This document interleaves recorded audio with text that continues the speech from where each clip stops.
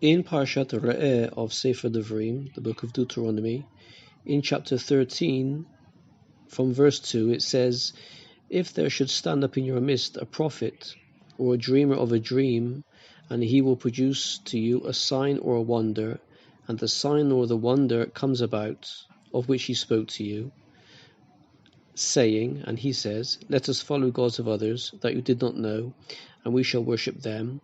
Do not hearken to the words of that prophet or to that dreamer of a dream. For HaShem your God is testing you to know whether you love HaShem your God with all your heart and with all your soul. HaShem your God shall you follow, and him shall you fear. His commandments, HaShem, his commandments shall you observe, and to his voice shall you hearken. Him shall you serve, and to him shall you cleave. And that prophet and that dreamer of a dream shall be put to death. For he had spoken perversion against HaShem your God, who takes you out of the land of Egypt, and who redeems you from the house of slavery, to make you stray from the path on which HaShem your God has commanded you to go, and you shall destroy the evil from your midst." So we see here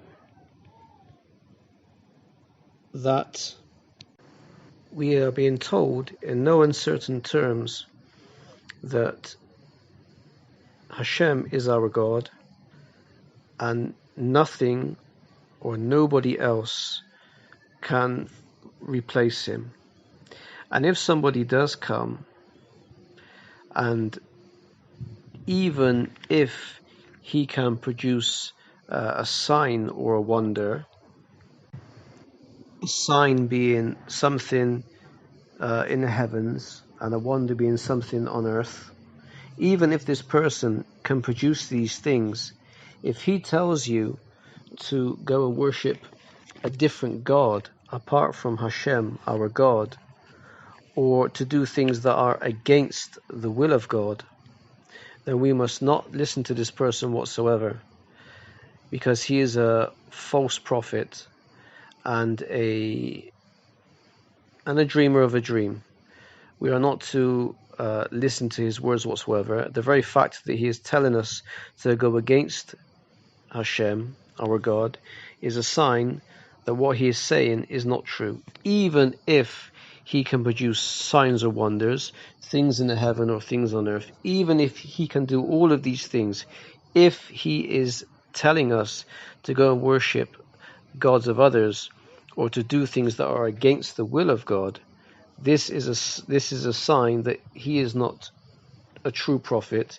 He is not speaking the words of God, and that he needs to be killed. He needs to be stoned to death. So he might be able to predict the future, but this prediction is not from Nuvuah, it's not from prophecy. It's the basis of these predictions are from spirits, ghosts, or through those people who can stimulate false remembrances. They can make you think that you remember something, but they've actually planted a false memory in your mind. So why would God give such a person the power to perform these things, these signs? And it says, because the Lord your God is testing you. He is testing you to see if you're going to stick to his words that he has told us in the Torah. We, the Jewish people, need to emulate God.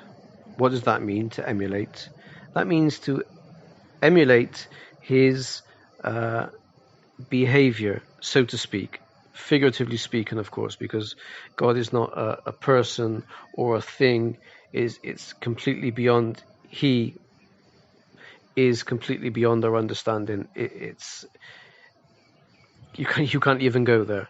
So basically, anything that goes against the behavior or what God would do, or what God has told you to do, is an abomination to God. So if a person claims to be a God, or he is telling you to break the Shabbat, or he is telling you to go against anything that is commanded to do or not to do in the Torah, this is a sign that this is obvious that God would not want you to do these things, and that he figuratively speaking will not do these things, and as we must emulate God, we must not do these things.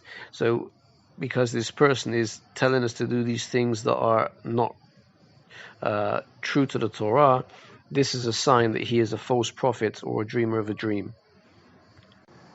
So this false prophet or this dreamer of a dream might try to provoke fear in you, that if you don't do this, certain things will happen.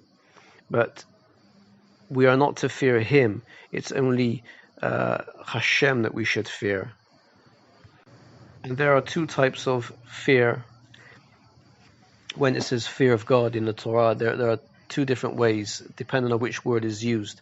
So there is yirah, which is awe, as in you are in awe of, at night time you look up at the sky, you see all of the stars and everything, and it's like, wow, this is awe. And then there's another type of fear, which is pachad, which is being afraid of something. And the fear mentioned in these verses, it relates to fear as in awe. The word used is tira'u, which is a plural of you will be in awe of God and his commandments, and that you will do all of the things that you have heard and he has told you to do. HaShem, the God of Israel. So we see here that anything that is against the will of HaShem, against his Torah, is not to be done whatsoever. So even if somebody arrives on the scene, and even if he can perform things in miracles in the heavens or on the earth, but he tells us to worship another God, to worship in a foreign temple, as in a place of worship of something that is not of HaShem, or if he tells you to go to do things that are foreign to the Torah, it is not to be done.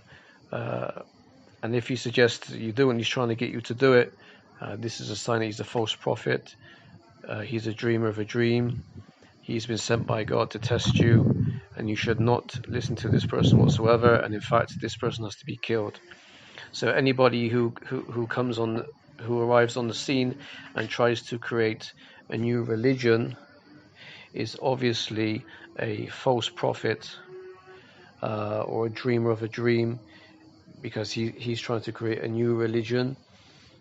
Even if this false prophet steals concepts or commandments from the Torah and tries to make them his own, so to speak, this is he's trying to coerce you and to seduce you into coming with him. So this is also obviously a sign that this is a false prophet, and that this religion that he is trying to build and trying to get you to become a part of is obviously a false religion. The only religion that is true is the religion where the Torah is the teaching.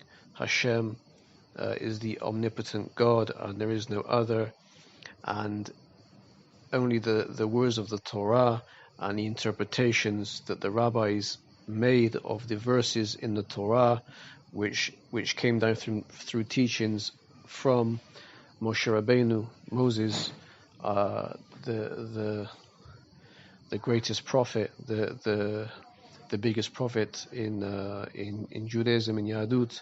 Only the Torah needs to be adhered to, should be adhered to, and any other religion or book is false and is not to be believed or to be followed in any way whatsoever. Even if they take concepts that are from the Torah and try to make them their own, these other people, false prophets, religions, should not be followed in any way, shape or form whatsoever, as they are completely false. And we see that this is proven by these verses that we have just studied from the Holy Torah, given by HaShem, HaKadosh Baruch Hu, to his prophet Moshe Rabbeinu, who he spoke to face, figuratively speaking.